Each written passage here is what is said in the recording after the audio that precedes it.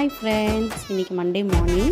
இன்றைக்கி பார்த்திங்கன்னா என் பசங்க மம்மி என்ன டெய்லி இட்லி தோசை செய்கிறீங்க, ஆப்பம் செய்யுங்கன்னு கேட்டாங்க.